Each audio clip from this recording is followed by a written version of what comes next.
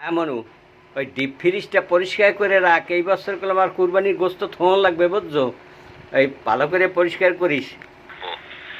এই আনতে যে কইছেন মোরে ডিপ ফ্রিজ পরিষ্কার করতে, হ্যাঁ এই ডিপ ফ্রিজের দিক গেছে বছরে কুরবানির গোস্ত এখনো পুরো একটা রান রয়ে গেছে। রয়েছে, হ্যাঁ রয়েছে। হ্যাঁ কোন মুখী, হ্যাঁ আগে ভাগেই মানুষের দিয়ে দেন না এটা। হ্যাঁ এখন এই গোস্ত লইয়া এখন আবার যদি নতুন কুরবানি দেন, হ্যাঁ তো এই ডিপ ফ্রিজেই আমরাইবেন আনে, তাহলে এই গোস্ত কি মানুষের দিব? ওই ঈদ দিনে না না না, ওই ওই গোস্ত মানুষের দিবি না।